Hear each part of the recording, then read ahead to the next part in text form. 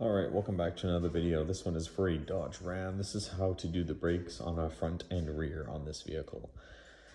Customer complained that there's grinding coming on during the road test. Yes, there's crazy amounts of grinding going from the front. The fronts also lock up, so I'm hoping the calipers are not seized, but we are going to be slapping all these new parts right here onto this vehicle. We're going to be doing the fronts and then the rears.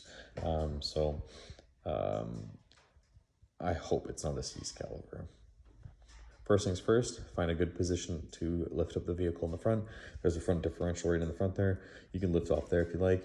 And then you're gonna put a 7/8 socket on the front there to break all those free and then remove the wheels.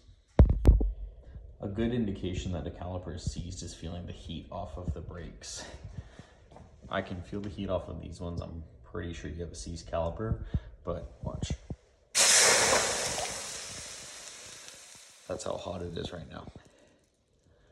I'm 99% sure you need a caliper.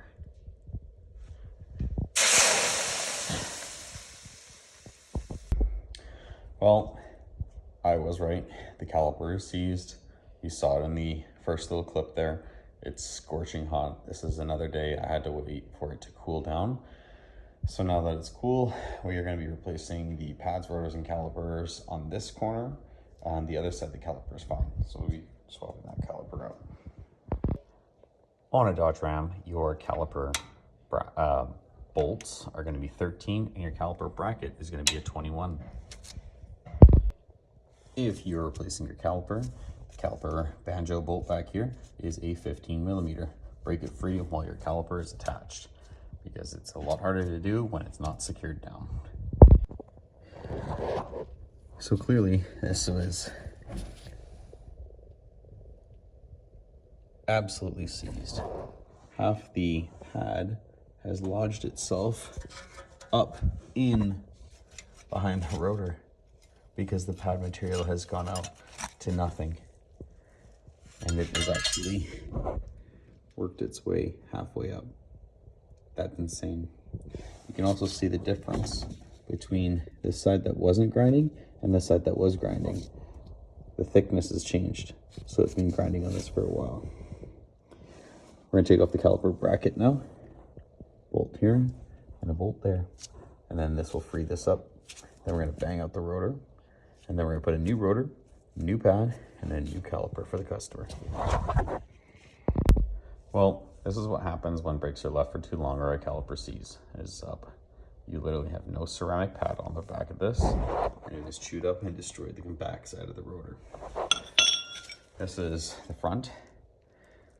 So there was a little bit left there, if I could focus in on it. So, but that's what it should look like, a little bit of ceramic material left. And then typically there'll be squealers on these pads, depending on the manufacturer. The squealers are gone, but also the backing plate was completely lodged and twisted up in there. So quite a doozy on this one. As I always say, compare your parts. Make sure you have the right ones before you install it. This is old, this is new. See the difference? All right, so it's pretty straightforward. The rotors are on now. Caliper bracket is on. Two 21mm bolts on the backside there. Brake shoot pads are on. Make sure when you do your brakes, you put on these retaining clips here.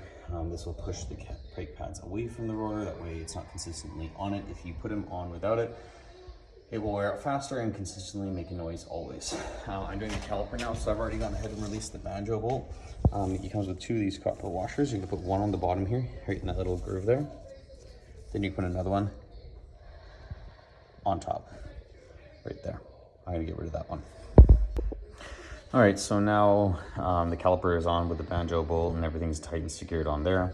I just like always to put a little bit of brake lubrication on the back of the pads just to help with noise. So that's what I'm going to be doing now. Slider pins are already greased because it's a brand new caliper, but on an old caliper, take out your slider pins that are sitting right in here, pull them out, watch out for your boot, be careful you don't rip it, clean them up and re-grease them.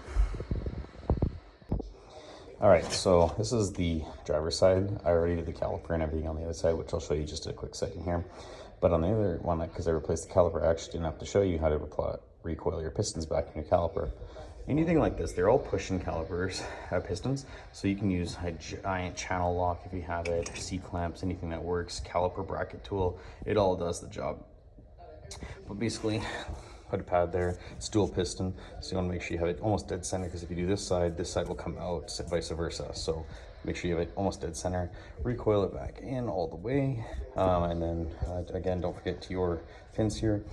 These are the caliper slider pins I was telling you about. I've already gone ahead and I've greased them all up now. You can see the new grease on there. But yeah, basically pull them out, but be careful when you pull it out. Grab it by the boot, okay, and then push it back in, so it creates a seal in there, okay? And that is how it should look when you're done. New rotor, new pads, new brake shims, lubricated, piston recoiled back in, and then tighten it all down with your 13 and your 21, and then put your wheel lock on and road test. And that's what this side looks like. New caliper on there. Quick recap on this side. I'm gonna have to bleed this caliper, so if you have to bleed your caliper, this is gonna be an 11mm. Just crack it. If you're doing a 2-person, then you're gonna have one inside, pump the brake pedal 3 times, and then tell them to hold it, then break it free. Repeat that 4 or 5 times. If you're doing it by yourself, like me, and you have a Milwaukee hose machine where you can tap it on there to do your brake flush, then you can use that, or whatever brand you have out there. There's tons out there. Double check your tightness on your bolts. Double check your tightness on your caliper bracket. Finish it up, button it up, road test. Anyways, this is for a Dodge Ram. This is front brakes and a caliper. This is how the job is being done. Step-by-step guide for you. Hope that you found it helpful and useful. See you on the next one.